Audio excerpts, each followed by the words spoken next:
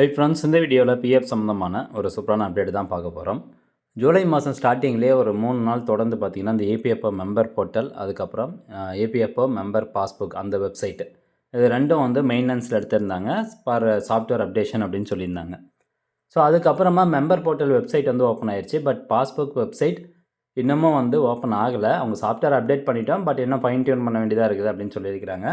அதனால் passbook website வந்து இன்னும் நம்மளுக்கு ஓப்பன் ஆகலை. இந்த மெம்பர் போர்ட்டல் ஓப்பன் ஆயிடுச்சு. நீங்கள் உங்களுடைய யூஏஎன் நம்பர், பாஸ்வேர்ட்லாம் போட்டு லாகின் பண்ணிக்கோங்க. ஸோ இப்போது இந்த அப்டேட் பண்ணாங்க பார்த்தீங்களா சாஃப்ட்வேர். ஸோ இதில் எந்த மாதிரியான சேஞ்சஸ்லாம் வந்திருக்கு அப்படிங்கிற டீட்டெயில்ஸ் தான் இந்த வீடியோவில் நம்ம பார்க்க போகிறோம். நிறைய மாற்றங்கள் வந்து கொண்டு வந்திருக்கிறாங்க. ஒன் பை ஒன்னாக பார்க்கலாம். ஹோம் பேஜில் நம்மளுக்கு இப்படி தான் ஏற்கனவே இருந்துச்சு, அதே இன்ஃபர்மேஷன் தான் இப்போயும் வந்து இருக்குது. அடுத்து இந்த வியூ அப்படிங்கிற ஆப்ஷனில் வந்து பார்த்தீங்கன்னா, ப்ரொஃபைலு, யூஏஎன் கார்டு, அதுக்கப்புறம் பாஸ்புக் லைட். பாஸ்புக் லைட்டுங்கிறது ஒரு மினி பாஸ்புக் மாதிரி.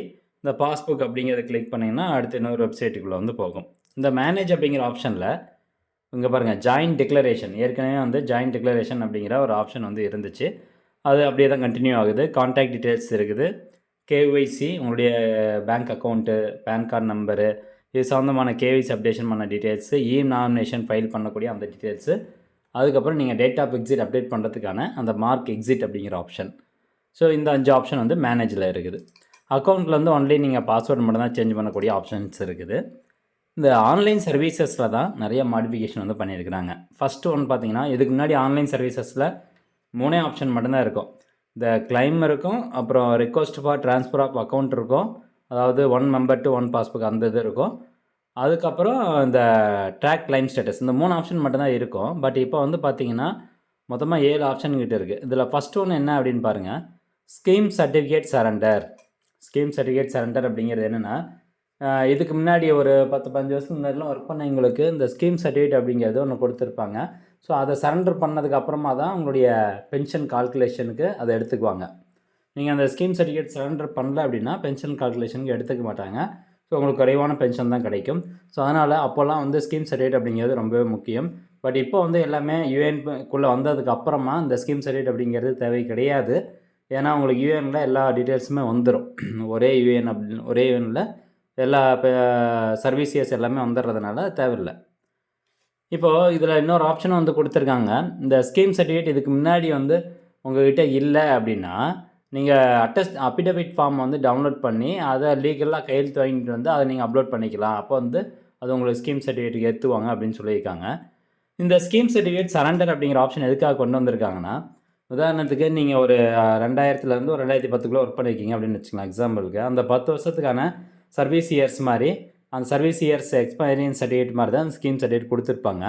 அந்த ஸ்கீம் சர்டிஃபிகேட்டை இப்போ நீங்கள் ஆன்லைனில் சரண்டர் பண்ணும்போது அந்த சர்வீஸ் இயர்ஸ் இருக்குது பார்த்தீங்களா, அந்த 10 வருஷம். ஸோ அதனுடைய டீட்டெயில்ஸ் வந்து உங்களுக்கு இந்த மெம்பர் சர்வீஸ் டீட்டெயில்ஸில் ஆட் ஆயிரும். ஸோ அப்போ ஃபைனலாக உங்களுக்கு ஃபார்ம் 10D வந்து கால்குலேட் பண்ணும்போது ஈஸியாக இருக்கும். எந்த ஒரு அமௌண்ட்டும் உங்களுக்கு மிஸ் ஆகாது. அப்படிங்கிறதுனால தான் இந்த ஒரு சூப்பரான ஒரு ஆப்ஷன் கொண்டு வந்திருக்காங்க.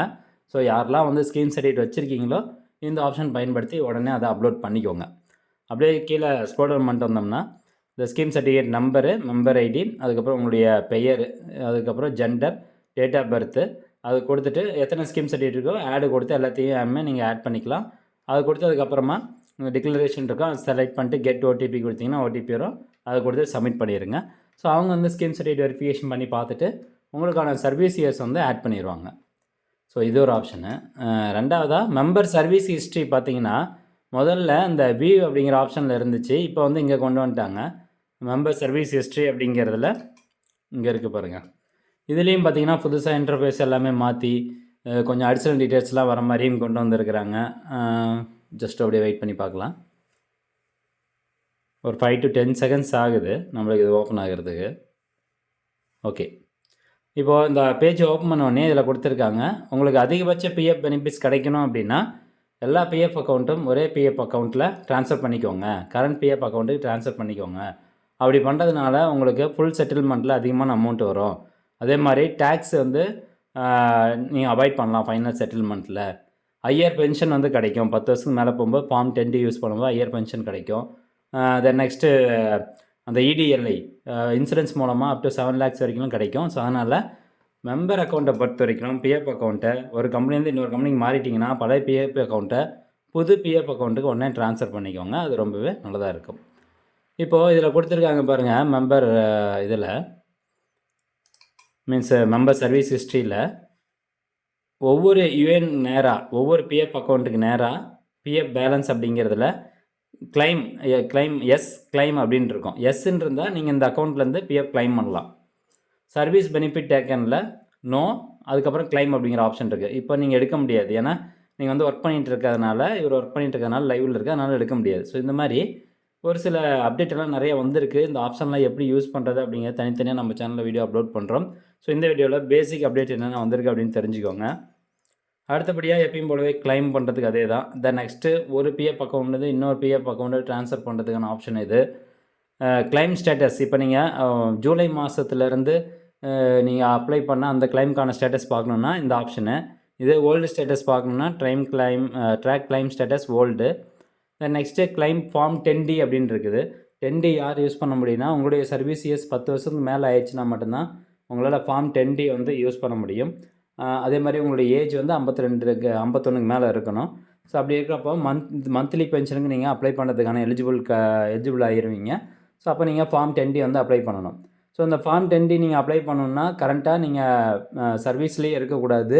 இன்கேஸ் எதனா ஒரு PF account date of exit வந்து அப்டேட் ஆகாமல் இருந்துச்சு அப்படின்னா உங்களுக்கு இந்த ஃபார்ம் 10D வந்து அப்ளை பண்ண முடியாது. ஸோ ஜஸ்ட் ஒரு பேசிக் இன்ஃபர்மேஷன் தான். இந்த தகவல் எல்லோரும் தெரிஞ்சுக்கோங்க. அடுத்த பதிவில் இந்த ஒவ்வொரு ஆப்ஷனும் எப்படி யூஸ் பண்ணுறது அப்படிங்கிறது நான் உங்களுக்கு எக்ஸ்பிளைன் பண்ணுறேன். மீண்டும் அடுத்த ஒரு நல்ல பதிவில் சந்திக்கலாம். நன்றி, வணக்கம்.